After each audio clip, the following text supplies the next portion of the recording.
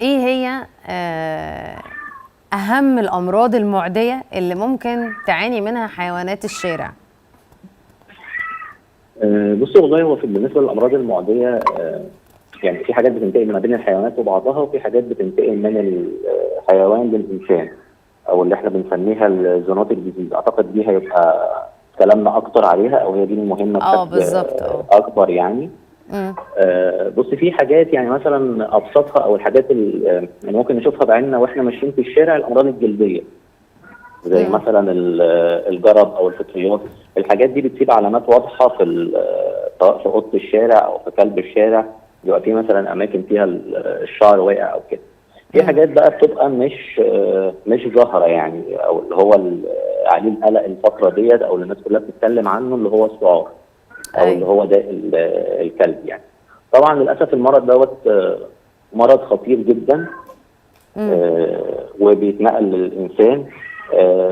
وللاسف يعني هو ملهوش علاج، يعني وانس ان تظهر الاعراض على الشخص المصاب فما بيبقى لهوش علاج.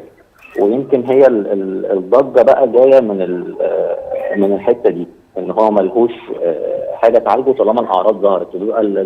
يعني حلوله الوحيده اما هي الوقايه منه اصلا من الاول، يا اما لو لا قدر الله حصل عقر من كلب مسعور او من قط مسعور، فلازم بناخد التطعيم بتاعه او المصل بتاعه في خلال مثلا 24 48 ساعه، حاجه زي كده.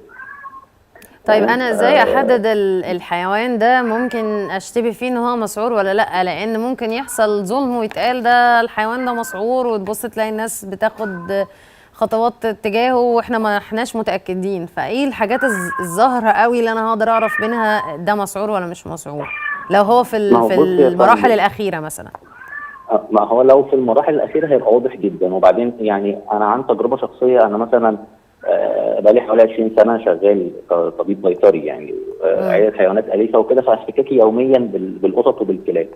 وياما اتخربشت وياما اتعورت وياما اتعضيت سواء من قطط او كلاب. فهو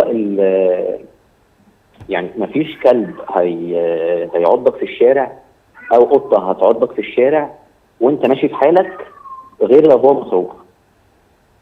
يعني هو الحيوان المسعور بس هو اللي هيجي يهاجمك بدون سبب، غير كده بيبقى انت عملت حاجه غلط من كذا حاجه. يعني ممكن مثلا تكون والده وحواليها عيالها وبتاع، فانت بتخش في السبيس بتاعها او في منطقه السيطره بتاعتها.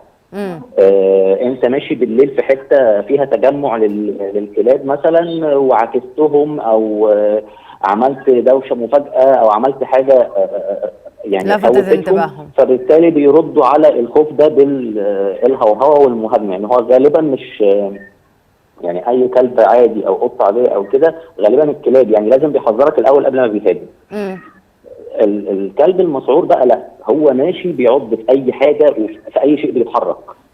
يعني مش شرط كمان يعض انسان، اي حاجه، هيعض كلب تاني، هيعض قط تاني، اصلا هتلاقيه ممكن ياكل اجسام غريبه.